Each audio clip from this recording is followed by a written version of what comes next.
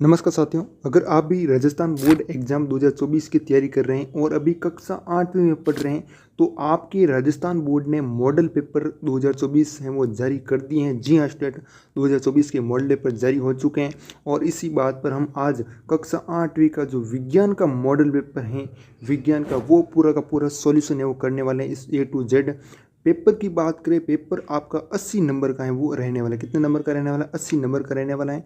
20 number आपके school में से जाने वाले हैं, ठीक है। ये आपको थोड़ा ध्यान रखना है। और टाइम की बात करें, टाइम है आपको कितना दिया जाएगा? 2.5 घंटे टाइम दिया जाने वाला है, तो टाइम आपके लिए फुल है वो रहने वाला है। और देखो, सबसे पहले हम पेपर की तरफ बढ़ते हैं। पेपर यहाँ पर देख सकते हो, पहले आपको क्या प्रश्न देखने को मिलेंगे? ऑब्जेक्टिव वस्तुनिष्ठ प्रश्न है वो देखने को मिलेंगे, ठीक है। वस्तुनिष्ठ प्रश्न कितने मिलेंगे? तो 8 प्रश्न है वो देखने को मिलेंगे। हर एक प्रश्न है वो एक एक नंबर का मिलेगा, तो कुल मिलाकर 8 नंबर के आपके वस्तुनिष्ठ प्रश्न है वो रहने वाले हैं, ठीक है। अब देखिएगा, सबसे पहला ही प्रश्न है, ईंधन के अपूर्ण दहन से कौन सी विषैली गैस है वो बनती हैं? तो मैं आपको बताना चाहूँगा, एक प्रकार की जहरीली गैस है जो भी बनती है वो बहुत ही जहरीली होती है, और वो है आपकी कार्बन मोनोऑक्साइड, ठीक है। ये क्या है? एक जहरीली गैस है। कार्बन मोनोऑक्साइड है ना, जब हम सांस लेते हैं ना, तो रक्त के साथ जो हमारा खून होता है उसके साथ क्या करती हैं? मिल जाती हैं। फिर क्या होता है? और जो ऑक्सीजन की क्षमता है ना, उसको क्या कर देती है? कम कर देती है, ठीक है। आपको पता है रक्त के में हमारे साथ हम ऑक्सीजन भी सांस में लेते हैं, ठीक है। तो ऑक्सीजन को क्या कर देती है? कम है वो कर देती है, क्षमता है ना वो कम कर देती है। इससे क्या होता है? जो तंत्रिका तंत्र होता है ना, तंत्रिका तंत्र, उसको क्या पहुंचाता है? नुकसान है वो पहुंचाता है, और इससे क्या हो सकती है? मृत्यु तक भी हो सकती है। जी हाँ स्टूडेंट, किससे? Carbon monoxide. तो इस प्रकार है ना, ईंधन के अपूर्ण दहन से कौन सी गैसें जो विषैली गैस बनती हैं? तो वो बनती है कार्बन मोनोऑक्साइड। क्या बनती है? Carbon monoxide. इसी प्रकार हम आगे देखते हैं, प्रश्न संख्या 2 है कि भाई आपका घरों में कौन सा द्रव ईंधन काम आता है? जब हम घरों में है ना जलाते हैं चूल्हे वगैरह, ठीक है, तो घरों में कौन सा द्रव ईंधन काम आता है? तो वो आता है एलपीजी। कौन सा आता है? एलपीजी। एलपीजी का मतलब क्या होता है? द्रवित पेट्रोलियम गैस। क्या होता है? द्रवित पेट्रोलियम। आगे फुल फॉर्म आएगी, वैसे हम उसमें भी कर लेंगे, ठीक है। पेट्रोलियम गैस, ठीक है, ये आपको ध्यान रखना है। और सीएनजी अपघटित प्राकृतिक गैस, ठीक है, वो आपको आगे पूछा जाएगा। तो इसमें अ ऑप्शन है वो बिल्कुल सही हो जाएगा, ठीक है। क्या हो जाएगा? A option, LPG. ओके, अब देखिएगा तीसरा प्रश्न है, आप वन्य उन्मूलन को रोकने के लिए क्या सुझाव है वो देंगे? क्या सुझाव देंगे भाई? कागज़ का पुनः उपयोग करेंगे, मतलब जैसे कोई कागज़ है, ठीक है, उसका हम पुनः उपयोग करेंगे, तो बिल्कुल सही है। कागज़ का पुनः चक्रण करेंगे, बिल्कुल सही है। कागज़ की बचत करेंगे, ज़्यादा कागज़ नहीं फाड़ेंगे, ठीक है, बिना फालतू खर्च नहीं करेंगे, ठीक है, तो मतलब बचत करेंगे। तो इसका मतलब उपयुक्त सभी है वो दो ऑप्शन है वो सही है, वो यहाँ पर हो जाएगा, ठीक है। और इसी प्रकार अगला क्वेश्चन है, आवर्ती का मात्रक है। आवर्ती का मात्रक क्या है भाई? बिल्कुल सही हो जाएगा। प्रश्न संख्या 4 का हर्ट्ज। क्या हो जाएगा? हर्ट्ज है वो यहाँ पर सही हो जाएगा, ठीक है। इसी प्रकार अगला देखिएगा, 5वां प्रश्न है आपका कि भाई आवासीय क्षेत्रों में ध्वनि प्रदूषण कम करने हेतु आप अपने मित्र को निम्न में से क्या सुझाव है वो देंगे, ठीक है। तो ध्वनि प्रदूषण कम करनी है, आपका कोई दोस्त है उसको कोई सुझाव देना, कोई बात बतानी है जिससे ध्वनि प्रदूषण कम हो जाए, तो क्या है अच्छी बात बताओगे? तो वो बताओ, टेलीविज़न तथा रेडियो की ध्वनि प्रबलता क्या करेंगे? कम करेंगे, ठीक है। औद्योगिक मशीनों को शहर से दूर लगाना, जो भी औद्योगिक मशीन है जो ज़्यादा आवाज़ करती हैं, ठीक है, उनको दूर लगेंगे। वाहनों के हॉर्न का उपयोग कम करेंगे, बिल्कुल सही है। तो आपका द ऑप्शन है वो सही हो जाएगा। क्या हो जाएगा? द है वो सही हो जाएगा, ठीक है। अब इसी प्रकार हम आगे पढ़ते हैं। अगला 6 नंबर है, निम्नलिखित में से कौन सा पदार्थ विद्युत का सूचलक है? ठीक है, तो ये भी 1 नंबर का क्वेश्चन है। कितने नंबर का है? 1 नंबर का। यहाँ पर देख सकते हो, विद्युत का सूचलक। पहली बात तो विद्युत का सूचलक है वो होता क्या है, ये हमें जानना बहुत ही जरूरी होती है। तो विद्युत का सूचलक वे पदार्थ होते हैं जिनसे होकर विद्युत धारा ना आसानी से गुजर जाती है। कोई भी पदार्थ है, मान लीजिएगा, उससे जो विद्युत है, करंट है, वो आसानी से निकल जाता है, प्रवेश कर लेता है, आर पार हो जाता है, तो वो होता है विद्युत का सूचलक। जैसे चांदी है, चांदी में से करंट है वो इधर से उधर निकल सकता है ना, हमें करंट आ जाता है। जैसे यहाँ पर कोई तार यहाँ से जुड़ा हुआ करंट से, ठीक है, और यहाँ पर हम टच लगे ना तो हमें करंट आएगा बिल्कुल हमारे, ठीक है। तो चांदी होगा यहाँ पर। और इसी प्रकार तांबा है, एल्यूमिनियम है, जस्ता है, सोना है, टंगिस्टन, ये सभी क्या है, सूद चालक हैं, इसमें करंट आता है। जैसे अगर आप लकड़ी से है ना, लकड़ी को करंट से टच वगैरह कर लोगे ना तो आपको करंट है वो नहीं आएगा, ठीक है। तो ये कुछ चालक होगा, ठीक है। लेकिन यहाँ पर रबड़ है, लकड़ी है, प्लास्टिक है, इनसे आपको करंट है वो नहीं आने वाला। लेकिन जो एल्यूमिनियम है उससे आपको क्या आएगा, करंट है वो आ जाएगा, ठीक है। तो वो ऑप्शन इसमें सही हो जाएगा। अगला देखिएगा 7 नंबर है, गैस बर्नर, साइकिल का हैंडल है, पहियों के रिम आदि का पर क्रोमियम का विद्युत लेपन है वो क्यों किया जाता है, क्यों किया जाता है। क्रोमियम क्या होता है, चमकदार होती है, एकदम चमके है, संक्षारित नहीं होती है, ये खरोचों का प्रतिरोध करती है। तो बिल्कुल सही, उपयुक्त सभी है, एकदम सही है, वो करेक्ट हो जाएगा, ठीक है। अगला देखिएगा, आप निम्न में से किसी घर्षण द्वारा आसानी से आवेशित हैं वो नहीं कर सकते हैं। तो किसे वो नहीं कर सकते हैं, तो वो हो जाएगा आपका प्लास्टिक स्केल को कर सकते हैं, फुला हुआ गुब्बारों को कर सकते हैं, आवेशित कर सकते हैं, ऊनी स्वेटर को कर सकते हैं। लेकिन जो तांबे की वस्तुएं हैं, तांबे की छड़ हैं, उसको यहाँ पर नहीं कर सकते, ठीक है। तो बिल्कुल है आपका यहाँ पर सही हो जाएगा। घर्षण से केवल है ना अचालक पदार्थों को ही आवेशित किया जाता है। किसको किया जाता है, एक बात का ध्यान रखना, अचालक पदार्थों को ही आवेशित है वो किया जाता है, ठीक है। हाँ, अब देखिएगा अगला प्रश्न इसी प्रकार आगे हैं। अति लघुत्रात्मक प्रश्न है जो कि 9 से 12 तक देखने को मिलेंगे और हर एक प्रश्न है 2-2 नंबर का रहेगा, ठीक है। 8 तो आपको ऑब्जेक्टिव क्वेश्चन मिलेंगे और फिर ये 9 से 12 क्वेश्चन है जो कि आपको मिलेंगे 2-2 नंबर के, ठीक है। इसमें देखिए 9 नंबर है, निम्न में से सिंचाई के पारंपरिक और आधुनिक साधनों को सारणी में लिखना है, ठीक है। नीचे है ना आपको एक सारणी दी हुई है, यहाँ पर लिखना है, ठीक है। कुल है ना 4, 5, 6 या फिर नाम है दिए हुए हैं जो कि कौन सा पारंपरिक है, कौन सा आधुनिक है। आधुनिक मतलब अभी चल रहा है, ठीक है। पारंपरिक मतलब जो पहले से चला आ रहा है। तो मोट है, ड्रिप तंत्र है, ढेकली, छिड़काव तंत्र, रेट, ठीक है। कितने हैं, 3 और 2 5 है, 5 ही नाम है, तो 5 को बताना है। देखो पहले परंपरागत जो मतलब पुराने ज़माने का, जैसे ढेकली, ढेकली है ना ये वाला, वो कहाँ पर भरोगे, यहाँ पर भरोगे, ठीक है। उसके बाद रेट, रेट भी आप यहाँ पर भरोगे और एक यहाँ पर और बच गया मोड, ठीक है, वो भी आप यहाँ पर ही भरोगे, ठीक है। उसी प्रकार एक है आपका ड्रिप तंत्र, है ना, कौन सा भी ड्रिप तंत्र। अब ड्रिप तंत्र को कहाँ पर भरना है, ड्रिप तंत्र आधुनिक सदन में आ जाएगा, ठीक है। और एक बच गया और कौन सा भाई, बिल्कुल सही है, हाँ ड्रिप तंत्र ही बचा ना, और कौन सा बचा, छिड़काव तंत्र है ना, छिड़काव तंत्र बचा एक, तो वो भी इसमें आ जाएगा, कहाँ पर, आधुनिक में आ जाएगा, ठीक है। कहाँ पर आ जाएगा, आधुनिक में आ जाएगा, ठीक है। तो वापस से बता देता हूँ, मोट, देखो एक तो मोट है, ठीक है, एक रेट है और एक आपका ढेकली है, ठीक है। ये तीनों कहाँ पर आ जाएंगे, ये तीनों इसमें आ जाएंगे, ठीक है।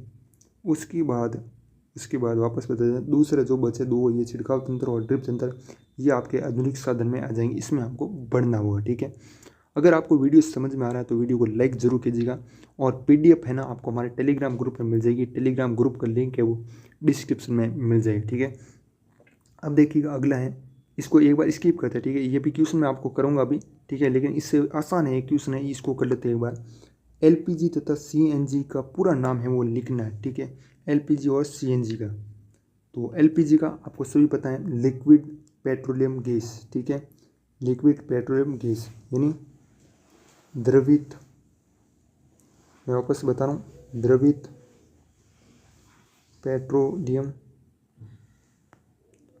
पेट्रोलियम गैस, यहाँ पर यह सही हो जाएगा।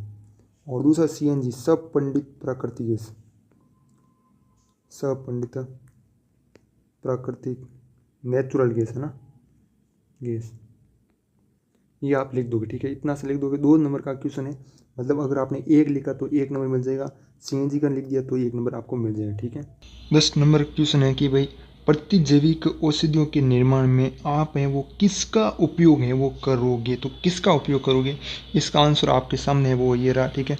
तो प्रतिजैविक का निर्माण है ना किसी खास तरह के सूक्ष्म जीव का संवर्धन करके है वो किया जाता है। प्रतिजैव का निर्माण है वो किसके द्वारा किया जाता है? किसी कोई खास तरह का सूक्ष्म जीव है, मतलब छोटा जीव है ना, तो उसका संवर्धन करके किया जाता है। आमतौर पर इस्तेमाल होने वाले कुछ प्रतिजैव ये हैं, तो आपको नाम है वो लिखना क्या है। स्ट्रेप्टोमाइसिन है, एक टेट्रासाइक्लिन है और एक एरिथ्रोमाइसिन है, ठीक है, ये आपको नाम लिखना है। एक हमारा क्वेश्चन था भाई, लिक्विड पेट्रोलियम गैस सीएनजी का पूरा नाम कंप्रेस्ड नेचुरल गैस, ठीक है, ये आप नोट भी है वो कर सकते हो, ठीक है, ये भी मैंने आपको इसमें सम्मिलित है वो कर लिया, ठीक है। अब देखिएगा अगला वाला प्रश्न आपके सामने क्वेश्चन नंबर 12 है। देखो यहाँ पर 2 नंबर का है, ठीक है, कितने नंबर का पहले बता देना, 2 नंबर का, ठीक है। 9 से 12 तक जितने भी क्वेश्चन थे वो 2 नंबर के थे। अब आगे वाले क्वेश्चन है 4 नंबर के होंगे, ठीक है। खिलाड़ी कीलदार जूते यानी स्पेक्स का उपयोग है वो क्यों करते हैं वो बताना है, ठीक है। खिलाड़ी, ठीक है, कौन से शूज? स्पेक्स शूज, है ना, प्लेयर्स। अब देखिए इसका आंसर क्या हो जाएगा, बिल्कुल सही है। खिलाड़ी कीलदार है ना जूते, स्पेक्स मैदान पर बेहतर पकड़ बनाने के लिए पहनते हैं। कीलदार जूते ना जो कि स्पेक्स अनियमितताओं के रूप में कार्य करते हैं और घर्षण को बढ़ाने में क्या करते हैं, मदद है वो करते हैं। ये आपको थोड़ा सा ध्यान रखना होगा इसमें। उसके बाद एक बार मिलान वाला क्वेश्चन है वो आ गया। ये तो बहुत सा ईजी वाला क्वेश्चन है, क्या है, बहुत ही ईजी क्वेश्चन है। मिलान कीजिएगा। रासायनिक उर्वरक कौन कौन से हैं? जैसे यूरिया एवं सुपर फास्फेट, ये क्या है, रासायनिक उर्वरक है, ठीक है। तो इसका पहले का दूसरा उससे हो जाएगा। और फिर है थ्रेसिंग किसको कहते हैं? अनाज के दानों को भूसों से अलग करने की प्रक्रिया है वो कहते हैं, ठीक है। अब देखिएगा अगर आपको नहीं भी आता है ना तो भी इसका आंसर बता दोगे आप, है ना, 1 नंबर तो पक्का होगा इसमें। देखो खरीफ फसल फसल कौन सी होती है भाई? जैसे कोई भी मान लीजिए गेहूँ वगैरह, ठीक है, चावल है, कोई भी मान लीजिएगा, है ना। तो इसमें देखो फसल अनाज के दानों को भूसे से अलग करना, ये कोई फसल है क्या? यूरिया और सुपर फॉस्फेट ये कोई फसल है क्या? पशु अपशिष्ट गोबर पादप अवशेष ये कोई फसल है क्या? लेकिन चावल एवं मक्का क्या है? फसल है। तो इसका आंसर है आपका चौथा नंबर है वो सही हो जाए, ठीक है। और खाद की बात है वो चल रही है, तो कार्बनिक खाद की बात, खाद मतलब गोबर, ठीक है, गोबर, तो आपका 3 वाला ऑप्शन है वो सही हो जाएगा, ठीक है। अगर ये तो आपको पक्का है आता होगा, ठीक है, खरीफ फसल चावल एवं मक्का, ठीक है। उसके बाद कार्बनिक खाद पूछा तो गोबर है वो आ गया, ये भी आपको पता चल गया, आइडिया लग गया। अब उर्वरक, रासायनिक उर्वरक हम खेतों में डालते हैं ना, यूरिया है ना, तो ये भी आपको पता चल गया। उसके बाद थ्रेसिंग बचा, थ्रेसिंग कहते हैं अनाज के दाने को भूसे से अलग करने की प्रक्रिया, ठीक है। ये इसका आंसर है वो एकदम सही हो जाए, ठीक है, ये आप कर सकते हो। और फिर है अगला आपका 14 नंबर है नाइट्रोजन स्त्रीकरण में राइजोबियम जीवाणु के महत्व को समझाना है, ठीक है। तो ये भी हम आपको समझा देते हैं। तो नाइट्रोजन स्त्रीकरण वाले जीवाणु क्या होते हैं? मुख्य रूप से राइजोबियम का उपयोग N2 स्त्रीकरण प्राप्त करने के लिए किया जाता है। नाइट्रोजन एक अत्यंत ऑक्सीजन संवेदनशील एंजाइम है जो जैविक N2 निधन के लिए महत्वपूर्ण है। अवायवीय वातावरण वह है जहाँ अधिकांश पर जो क्या होती है प्रक्रियाएं वो होती हैं, ठीक है। अब देखिए 15 नंबर क्वेश्चन है, ये सही गलत है, ठीक है, ये भी बहुत इजी क्वेश्चन, क्या है इजी क्वेश्चन। जीवाश्म ईंधन समाप्त होने वाले संसाधन हैं। बिल्कुल जीवाश्म ईंधन है ना समाप्त हो सकते, जैसे कोयला है ना वो समाप्त हो सकता है, पेट्रोल है वो भी समाप्त हो जाता है, ठीक है ना। तो इस प्रकार हम कह सकते हैं प्राकृतिक गैस क्या है? जीवाश्म ईंधन है, प्राकृतिक गैस भी है। ये ईंधन लाखों साल पहले दफन हुए पौधों और जानवरों से बने, ठीक है। किससे बने? जो कोयला है, पेट्रोल है, ये पौधों है ना, पौधों हैं, कोई जानवर हैं, वो क्या हो गए ज़मीन में दब गए और लाखों वर्षों तक ज़मीन में रहे, फिर वो बन गए कोयला और पेट्रोल है, इस प्रकार बन गए। और ये है क्या है? समाप्त होने वाले संसाधन है, ठीक है। हम ज़मीन में कितना सा खोद सकते हैं, कितना खोदेंगे, है ना, वो भी समाप्त हो गया ना, तो बिल्कुल समाप्त होने वाले सत्य है, ठीक है। ये कथन क्या है? सत्य है। क्या है? कोयला व पेट्रोल असीमित संसाधन है, क्या है भाई? असीमित संसाधन है क्या? बिल्कुल बिल्कुल नहीं है, सीमित है, ठीक है, सीमित है। तो ये आपका असत्य हो जाए, ठीक है, असत्य। कोलतार विभिन्न पदार्थों का मिश्रण है, बिल्कुल हाँ, कोलतार है विभिन्न पदार्थों का क्या है? मिश्रण है, ठीक है। अगले बार देखिएगा पैराफिन मोम का उपयोग मरहम, मोमबत्ती, वैसलीन आदि बनाने में किया जाता है, बिल्कुल सत्य है, ठीक है, क्या है? सत्य है, ठीक है। अगर आपने टेलीग्राम ग्रुप ज्वाइन नहीं किया तो उसे जरूर ज्वाइन कीजिएगा, वहाँ पर आपको मैं मॉडल पेपर की PDF है वो सेंड कर दूंगा, लिंक डिस्क्रिप्शन में मिल जाएगा। आप सर्च भी कर सकते हो GROWSHIKSH, ये हमारे क्या है? टेलीग्राम ग्रुप का नाम है, ठीक है।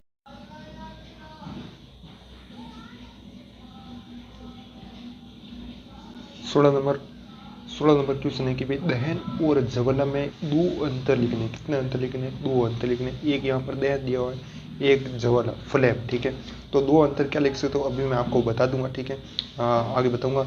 और उससे पहले ये भी प्रश्न देख लेते हैं, निम्न का से स्पष्ट कीजिए रेड डाटा पुस्तक और जैव विविधता, ठीक है। तो दोनों का आंसर देखते हैं, एक दहन ज्वाला में अंतर लिखना और रेड डाटा पुस्तक और जैव विविधता में जो परिभाषा वगैरह है वो बतानी है, ठीक है, क्या होती है क्या नहीं होती है, ठीक है।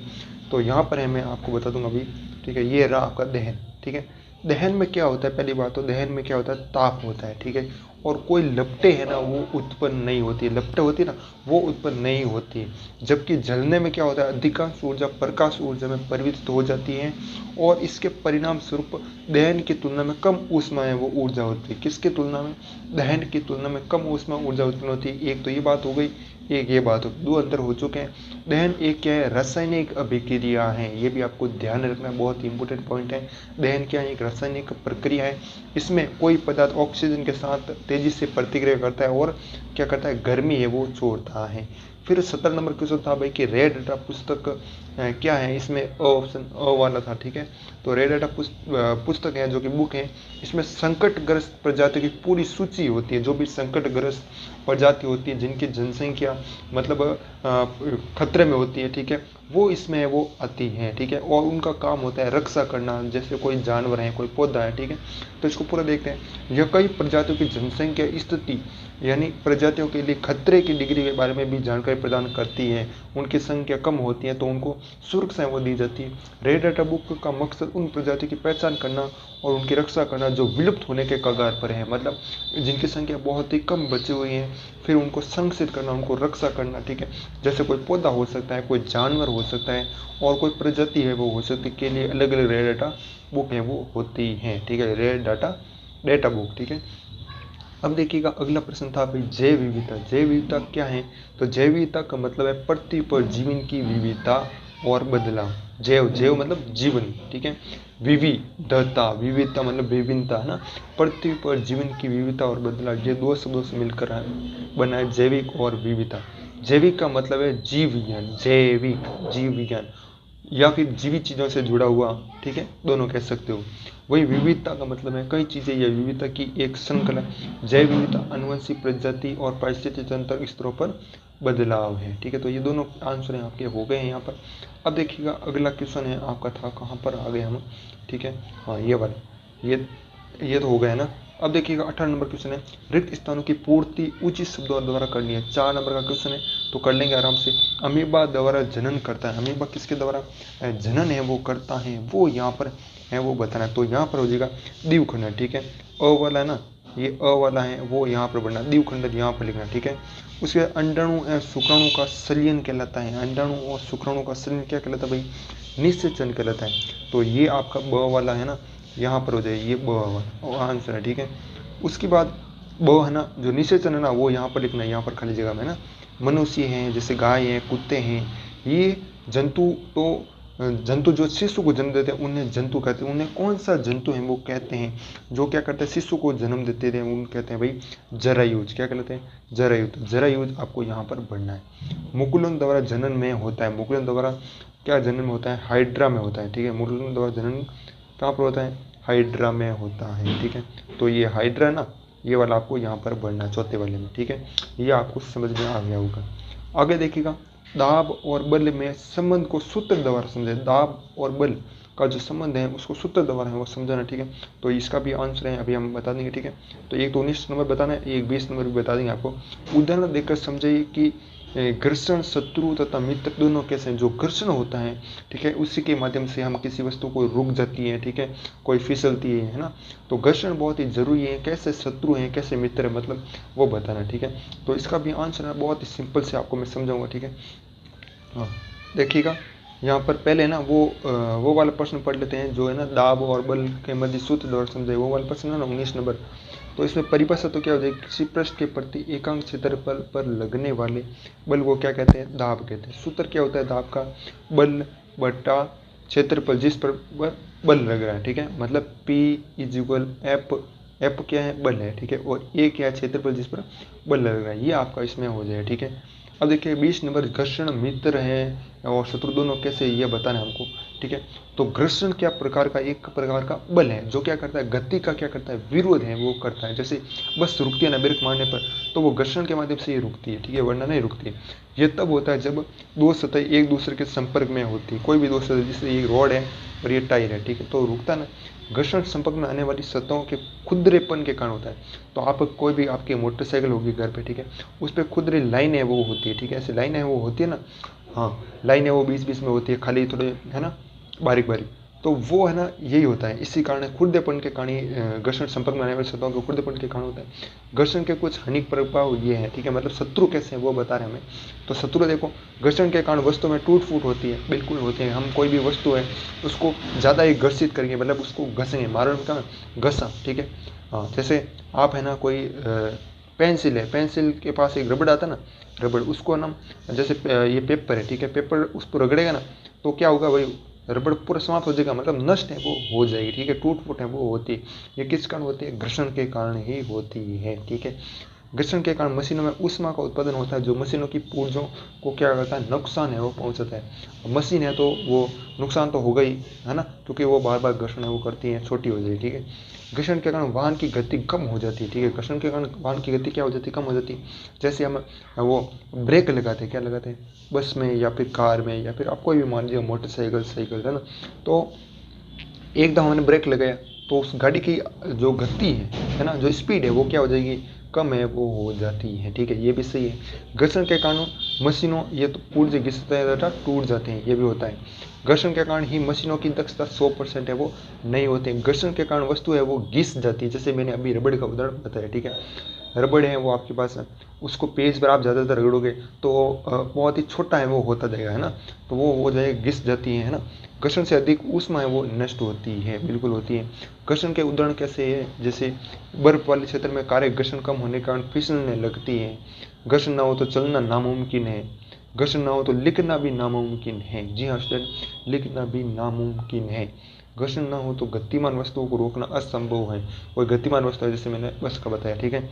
हाँ, घर्षण मित्र है, कैसे, घर्षण अनिवार्य है, क्योंकि यदि घर्षण ना हो तो चलना भी असंभव है। घर्षण नहीं होगा ना तो हम चल भी नहीं सकते। कोई भी गतिमान वस्तुएं जो चल रही हैं उसको रोकना नामुमकिन है। यदि घर्षण ना हो तो लिखना असंभव, यदि घर्षण ना हो तो भवन निर्माण भी है वो नहीं हो सकता। जो आप घर में रहते हो ना वो भी निर्माण है वो नहीं हो सकता, ठीक है। अब इसी प्रकार बहुत ही अच्छे तरीके से समझे। अगर आपको समझ में आया तो वीडियो को लाइक जरूर कीजिएगा, चैनल पर नहीं चैनल को सब्सक्राइब जरूर कीजिएगा। आगे देखिए, निम्नलिखित की व्याख्या करनी है। एक सुचालक पदार्थ है और एक विद्युत धारा का रासायनिक प्रभाव है। इसको भी मैं आपको बहुत ईजी से समझा दूंगा, ठीक है, बहुत ही ईजी है वो समझूंगा। वीडियो देखना है, छोड़ना नहीं आपको, ठीक है। तो देखिए सुचालक क्या होता है, पहली बात हो जिन पदार्थों से ऊष्मा आसानी से गुजर जाती है, ठीक है, कोई भी पदार्थ है, जैसे आप ले सकते हो लोहा, ठीक है, लोहा में से ना जो करंट है वो आसानी से निकल जाता है, पार चला जाता है। लेकिन अगर आप लकड़ी का उदाहरण लोगे तो लकड़ी में से इधर से उधर करंट है वो नहीं आएगा, करंट ही आगे नहीं जाएगा, ठीक है। लेकिन जो लोहा है जिसमें से करंट है वो आसपास से वो चला जाता है, ठीक है। इसमें क्या होता है भाई, मुक्त इलेक्ट्रॉनों की संख्या बहुत ही ज़्यादा है वो होती है। जैसे मैंने आपको उदाहरण बताया, लोहा है, सोना है ना, पारा है, मनुष्य का शरीर है, हमारा शरीर है ना, अगर आप अंगुली लगाओ ना, लगाना मत, ठीक है, वो मर जाओगे, ठीक है, तो लगाना बिल्कुल भी नहीं है। तो मनुष्य का शरीर अगर आप करंट पे लगाओगे टच, है ना, आपके घर पे बल्ब वगैरह होगा उसमें पिन वगैरह आती होगी, ठीक है, तो उस पर लगवाना तो आपका पूरा शरीर में से करंट चल जाएगा, है ना, मृत्यु भी हो जाएगी, ठीक है। तो ऐसा मत करना। बाकी ये आपका उदाहरण है। और सूचल पदार्थों में मुक्त इलेक्ट्रॉन की संख्या बहुत ज़्यादा होती है। सूचल पदार्थों के उदाहरण है लोहा है, चांदी है, ठीक है, चांदी है ना बहुत ही सबसे अच्छी सुचालक मानी जाती है, ठीक है। चांदी के बाद कौन है भाई, सोना है। चांदी के बाद कौन है, सोना, ठीक है, ये भी आपको ध्यान में रखना है। इसके बाद तांबा, पारा, मनुष्य के शरीर, कॉपर, तांबा, एल्यूमिनियम, सोना है, निकल, ग्रेफाइट। सूचल पदार्थ में विद्युत धारा बिना किसी खास प्रतिरोध के प्रभावित हो सकती है। चांदी है ना विद्युत धारा की सबसे अच्छी सुचालक मानी जाती है। वेरी इंपॉर्टेंट क्वेश्चन है। नेक्स्ट ब ऑप्शन है, ब वाला क्वेश्चन था जो कि आपका क्या था भाई, वापस आपको दोहरा देता हूँ, ठीक है। हाँ, ये वाला क्वेश्चन था, कहाँ गया, विद्युत धारा का रासायनिक प्रभाव। इसको है ना समझाना, विद्युत धारा का रासायनिक प्रभाव, ठीक है, ये हो चुका है, ये रहा। जब विद्युत धारा किसी प्रवाह की विलयन से होकर गुजरती है तो यह एक रासायनिक प्रतिक्रिया उत्पन्न करती है। इससे विद्युत धारा का रासायनिक प्रभाव कहते हैं। क्या कहते हैं? विद्युत धारा का रासायनिक प्रभाव कहते हैं। इसके परिणाम स्वरूप क्या होता है? इलेक्ट्रोड पर गैस के बुलबुले, इलेक्ट्रोड पर धातु का जमाव और समाधान का रंग में परिवर्तन हो सकता है। ठीक है, और आगे आप इसी प्रकार आगे भी लिख सकते हो। ठीक है, और विद्युत धारा के रासायनिक प्रभाव का एक महत्वपूर्ण अनुप्रयोग इलेक्ट्रोलिसिस के दौरान विद्युत प्रवाह इलेक्ट्रोड पर एक रासायनिक प्रतिक्रिया होने के लिए मजबूर करता है। विद्युत धारा के रासायनिक प्रभाव के कुछ उदाहरण भी हैं, जैसे इलेक्ट्रोड पर गैस के बुलबुले बनना, इलेक्ट्रोड पर धातुओं का जमाव, समाधान का रंग बदलना। ठीक है, ये आप इस प्रकार है वो देख सकते हो। ठीक है, हाँ, अब देखिएगा अगला प्रश्न आपका कौन सा था? हाँ, अपने नेत्रों की उचित देखभाल हेतु कोई 2 सुझाव है वो लिखने हैं। कितने? 2 सुझाव ही लिखने हैं। ठीक है, तो इसमें लिख देंगे। ठीक है, क्या लिख देंगे भाई? यहाँ पर है 2 सुझाव, जैसे आँखों को धोना चाहिए। ठीक है, आँखें को मत मलो। ठीक है, आँखों को ज़्यादा मत मलो, बार बार हाथ धोने का अभ्यास करो। ठीक है, ये आप 2 है वो लिख सकते हो। ठीक है, उसके बाद आगे देखिएगा। हाँ, आगे वाले है ना, ये तो आप ही बता दो। ठीक है, देखो ये तो आप ही बता दोगे। 8 नंबर का क्वेश्चन है। कितना है? 4 + 2 + 2 मतलब 4 नंबर का तो ये क्वेश्चन है, फिर ये 2 नंबर का है, फिर ये 2 नंबर का है। ठीक है, तो चित्र तो आप बना देना, मानव कण का नामक चित्र बना देना। ठीक है, सड़क सुरक्षा से संबंधित 2 नियम लिखना। ठीक है, तो फटाफट से इसका आंसर कमेंट बताओ। ठीक है, आपको आता है 100% आता है तो इसका आंसर कमेंट बताइएगा। और बाह्य निषेचन और आंतरिक निषेचन में 2 अंतर हैं वो यहाँ पर लिखने हैं। ठीक है, right any 2 difference between external and fertilization and internal क्या है? internal fertilization। ठीक है, तो ये हो गया आपका इसका में। ठीक है, 2 अंतर हैं वो लिखने हैं, बाह्य और इसमें। ठीक है, और आगे अथवा में ना आपको अथवा भी दिया जाएगा। जी हाँ स्टूडेंट, अथवा भी दिया जाएगा। ये जो 23 नंबर क्वेश्चन दिया जाएगा उसमें अथवा में भी ऑप्शन दिया जाएगा। अथवा में आप चाहे तो ऊपर वाले 3 करो या फिर नीचे वाले करो। ठीक है, लेकिन आपको एक गलती नहीं करनी है। जी हाँ स्टूडेंट, एक गलती नहीं करनी। जैसे इसमें से मान लीजिएगा आपको एक आता है। ठीक है, इसमें से एक आता है, ये दोनों आपको आते ही नहीं है। ठीक है, तो आप क्या नीचे वाला कर सकते हो क्या? ये नीचे वाले 2 बिल्कुल नहीं कर सकते हो, बिल्कुल नहीं। अगर आपको इनमें से 2 आते हैं, ऊपर वाले में से एक ही आता है। ठीक है, ऊपर वाले में से एक ही आता है तो आप नीचे वाला करो। ठीक है, जो आपको ज़्यादा आता है वो आपको क्वेश्चन है वो करना है। ठीक है, इस बात का आपको ध्यान रखना है। ठीक है, ऐसा नहीं करना कि इसमें से एक कर दिया और नीचे वाले में से ब और स कर दिए। ठीक है, ऐसा नहीं चलेगा, नंबर कटेंगे। ठीक है, तो आपको या तो ये 3 करो, है ना, या फिर ये 3 करो जो आपको अच्छे से आता है। वाहन चलाते समय किन किन बातों का ध्यान रखना चाहिए? तो वाहन चलाते समय इसका भी आंसर आप कमेंट में बता सकते हो, बहुत ही होशियार हो। ठीक है, वाहन चलाते समय मोबाइल का उपयोग है वो नहीं करना चाहिए। ठीक है, इस प्रकार से आप एग्जाम्पल आपको आते हैं।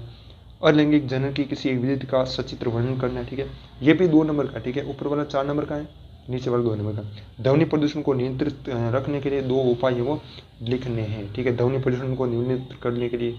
ठीक है, तो वो भी आप वो लिख सकते हो। पॉल्यूशन, ठीक है, हाँ, कौन सा पॉल्यूशन? Noise pollution. ओके, ये भी आप लिख सकते हो आराम से, बहुत ही अच्छा क्वेश्चन है। संतुलित आहार से आप क्या समझते हैं? भोजन में आवश्यक पोषक पदार्थों का क्या महत्व? पोषक पदार्थों की वजह से ही ऐसा संतुलित आहार है वो आपको बताना है, और फिर है ना पोषक पदार्थों का महत्व क्या है वो बताना है। ठीक है, संतुलित आहार हम खाते हैं ना डेली। ठीक है, संतुलित आहार। ओके, बल किसी वस्तु की आकृति में परिवर्तन कर सकता है। बल किसी वस्तु की आकृति में परिवर्तन कर सकता है, उदाहरण देकर स्पष्ट कीजिए। तो स्पष्ट करना है। अथवा में आप मनुष्य के शरीर में अंतःस्रावी ग्रंथियों के नाम लिखने हैं, उनकी स्थिति का नामांकित चित्र बनाना है। द्रव बर्तन की दीवारों पर दबाव डालता है, चित्र द्वारा समझाना। ठीक है, तो ये भी 4 नंबर का क्वेश्चन है। देखो, अ वाला 4 नंबर का है, ब वाला 4 नंबर का, अ वाला 4 नंबर का, ब वाला 4 नंबर का। ठीक है, अब इसमें भी ये गलती नहीं करनी कि इसमें से अ कर लिया और इसमें से ब कर लिया, ऐसा नहीं कर सकते। या फिर इसमें से अ कर दिया और ऊपर वाले में भी अ कर दिया, ऐसा भी नहीं करना है। ठीक है, आपको देखो या तो ये दोनों करो, ठीक है, या फिर ये दोनों करो, दोनों में से ए करना। ठीक है ना, या तो इनमें से करो या इनमें से करो। ये वाला आपको समझना बहुत ही ज़रूरी है। काफ़ी सारे स्टूडेंट नहीं है इसको, इसलिए उनको पता नहीं है। ठीक है, अब देखिएगा, हाँ, अगला वाला प्रश्न है आपका, मनुष्य के शरीर में अंतःस्रावी ग्रंथियों के नाम लिखने हैं, उनकी स्थिति का नामांकित चित्र बनाना है। पहले तो आपको ग्रंथियों के नाम लिखने हैं, कौन सी ग्रंथियाँ? अंतःस्रावी ग्रंथियाँ। और फिर द्रव बर्तन की दीवारों पर दबाव डालता है, उनके चित्र द्वारा समझाना। ठीक है, तो ये भी आप कर लोगे। उसके बाद आगे देखिएगा 25 नंबर है, ये भी 8 नंबर का क्वेश्चन है। कितने नंबर का है? 8। और इसमें भी ये वाले दो में से दोनों करने हैं, ठीक है, और ये वाले भी दोनों करने हैं, ठीक है, जो आपको आते हैं, ठीक है। आगे देखिएगा, तड़ित चालक चित्र बनाना है, एक तो ये पॉइंट हो गया। यह किस प्रकार भवनों को तड़ित के प्रभाव से बचाने में सहायक होता है, ठीक है। तो 2 नंबर इसके और 2 नंबर इसके मिलेंगे, ठीक है। परिवर्तन कितने प्रकार का होता है, ठीक है, एक तो ये हो गया, और चित्र बनाकर समझाना है, ठीक है, तो 2 ये भी हो गए। उचित चित्र बनाकर स्पष्ट करना, पहले तो आपको क्या बनाना, चित्र बनाना किसका, कि समान आवेश एक दूसरे को क्या करते हैं, प्रतिकर्षक करते हैं, ठीक है ना। तो स्पष्ट करना, स्पष्ट मतलब आपको लिखना भी पड़ेगा इसमें। परिवर्तन किससे कहते हैं, उचित चित्र बनाकर समझाना, परिवर्तन के 2 नियम लिखना। तो यहाँ पर 3 क्वेश्चन है वो पूछे गए आपको, ठीक है। हाँ, अब देखिए आगे वाला क्वेश्चन है आपका, यही क्वेश्चन थे लास्ट जो कि मैंने आपको बता दिए हैं, और इसका स्क्रीनशॉट भी आप ले सकते हो, ठीक है, स्क्रीनशॉट ले लीजिएगा जो मैंने आपको समझा दिया, ठीक है, घर्षण वाला लेना चाहो तो, ठीक है। और तो यही कुछ पेपर था, और इसकी PDF आपको हमारे टेलीग्राम ग्रुप में मिल जाएगी। टेलीग्राम ग्रुप का लिंक डिस्क्रिप्शन में मिल जाएगा, या फिर आप सर्च भी कर सकते हो, ग्रुप SHIKSHA ग्रो शिक्षा, ठीक है, ये हमारा टेलीग्राम ग्रुप है। बाकी और अलग सब्जेक्ट जो कि बाकी सब्जेक्ट हैं जैसे मैथ्स हैं, उनका भी हम जल्द है वो वीडियो लाने वाले हैं। तो प्लेलिस्ट बना दी अलग से, उस प्लेलिस्ट का लिंक डिस्क्रिप्शन में मिल जाएगा। मिलते हैं किसी और वीडियो में, तब तक के लिए जय हिंद, जय भारत, वंदे मातरम।